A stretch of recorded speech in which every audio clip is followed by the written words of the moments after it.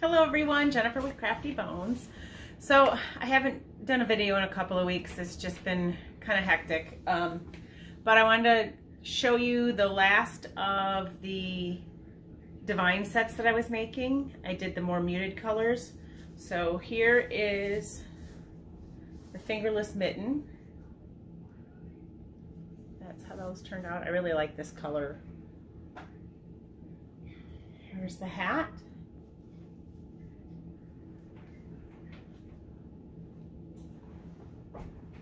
And here is the scarf.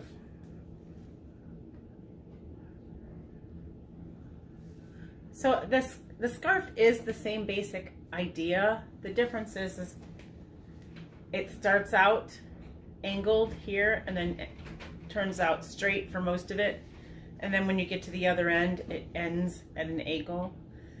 It's the same pattern as you would use for the cowl, but for the cowl you would stop probably about here after like 30 inches. And then throw a couple of buttons on it right there, and you would have this edge right there like that. So, but I really like it. It was, the gloves and the hat are pretty quick. The scarf took a little bit longer time. It's mindless though once you get to the point where you're doing 4 double crochet after each front post double crochet.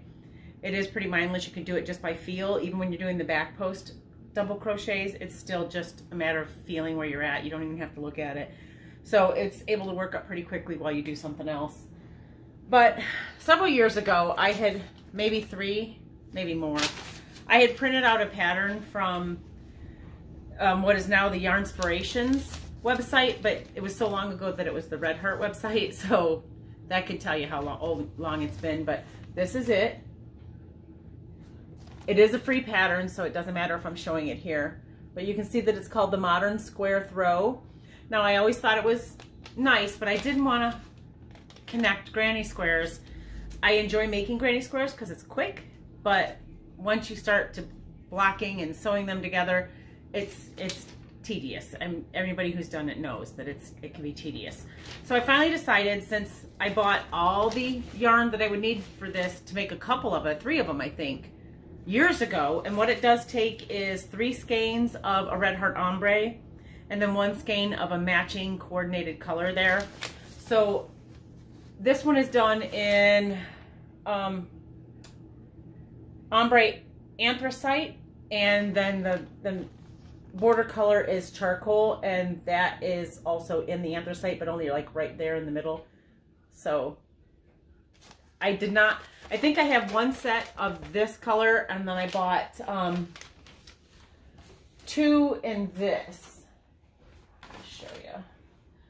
So this is what I'm using right here. It's also a Red Heart Super Saver ombre, and this one is called Spearmint.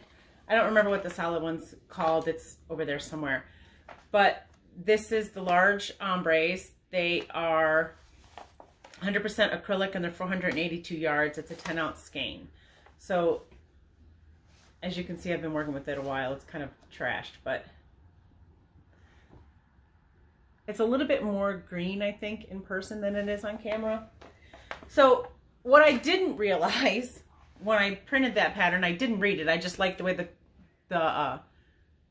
the throw turned out, and that's typically what I'll do. I'll skim through the patterns that they have, and I don't pay attention to anything other than what kind of yarn it needs and how much, and then I'll make sure that I buy that.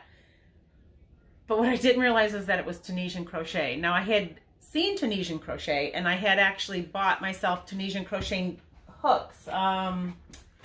Where did I put it? I had a long straight hook like this in a 5.5 that does call for a 6, so I did go buy a 6, but I have 2 5.5 already, just different brands. One's Boy and one is probably Susan Bates, but I got them on clearance when Pat Catan's here was going out of business. But because I crochet tightly, I didn't want to not have the right one. The only place in town that carries Tunisian crochet hooks is Hobby Lobby, and they only have 6mm, so I guess that's fortunate. I would have preferred something bigger, but At least I have what the pattern called for. So this is a J. Oh, sorry. Now I bought this one, and I bought one that looks more like a knitting needle set because I wasn't sure which one I was going to be able to use. This is kind of heavy, and I use all padded hooks, but the difference is the weight is all right here at this button, and so it pulls down a lot like this, and it was causing me some wrist pain. But I did buy the other kind, and I started off using this because I had a difficult time using this one. So you can see this is still a 6mm, and it tells you right there on the end there that it is, oh, if I could get that right, it's all twisted. It's a 6mm. I had a problem with this because it comes with the loop looped up in the package, and because it's looped up in the package, it's very, very stiff. And all I could think was, I want to put it in boiling water. I don't want to ruin it. I want to heat it up, maybe a blow dryer. And instead I just stuck it in 2 books and then stacked a bunch of books on top of it to try to straighten it out a little. So it's straightened some, but not a lot, but it is easier to work with. And so if you can see, this is what I'm working with. And each row is 2 passes. And I actually think that I just did this, now that I'm looking at it, I did this wrong, because there should be a bend here. So this actually needed to be a chain. So the way this pattern works, this is the right side and this is the wrong side. And you can see they are different. Mostly in this area, they are different, but the stitches don't even look the same. Here it looks more like a knit pattern. And here you can see the different rows. The rows are, they show up much better. And you just work the ombre yarn as it comes out. So you end up with the center being super dark, and then it works its way around. I'm at the lightest point now, and it's going to start getting darker again. It is supposed to be a 44-inch throw, and it's 81 of these blocks, but the blocks are added as you go. You don't make them and sew them together. So that was good for me because I didn't want to sew them together, but I'm following the chart that is the last page, and I don't know if you can see, I was highlighting the block as I finish it, and I think I did this block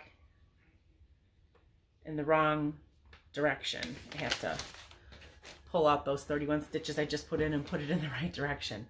But that's what I'm working on, and I feel like it's going to take me forever, and I don't like doing 2 things at once, but I really wanted to make some loveys because it's getting so close to Christmas. And I did find some stuffed animals at Dollar General for a penny, so I was going to make loveys out of those, and I have a lot of scrap yarn I can do that with. But that's all I'm up to. I finished all 3 glove, mitten, and scarf sets, and I started teaching myself how to Tunisian crochet. So my personal opinion, if you can use the loop one, it's easier because there's less weight. It's still difficult because you have to hold the yarn with your right hand on the hook, if you know what I mean, because you can't slide it all down to the loop. You have to have it close enough to work with it. But the longer hook, it was easier to hook the yarn and yarn over and pull through. It's easier to make the stitches. It's just harder to hold up because of the weight that's down here. So it tears a little on my wrist. Tunisian crochet in general is much more painful to my hands than standard crochet. So maybe after I finish this blanket, I will definitely be going back to regular crochet before I start another Tunisian crochet. But thanks for watching, everyone. Thanks for stopping in for an update, and happy crocheting.